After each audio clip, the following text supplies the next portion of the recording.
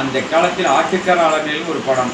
அதில் ஆட்டை வச்சுக்கிட்டு ஒரு அம்மா, அந்த அம்மா படிக்கும். பருத்தி எடுக்கையில என்ன பல நாளும் பார்த்த மச்சான், ஒருத்தி இருக்கையில ஓடி வந்தாளாகாதோ, ஓடித்தான் வந்து இருப்பேன் நான் உன்னை மட்டும் பார்த்திருந்தா, தேடித்தான் வந்து இருப்பேன் தெரியலைய முன்னாடி, ஓடித்தான் வந்து இருப்பேன்.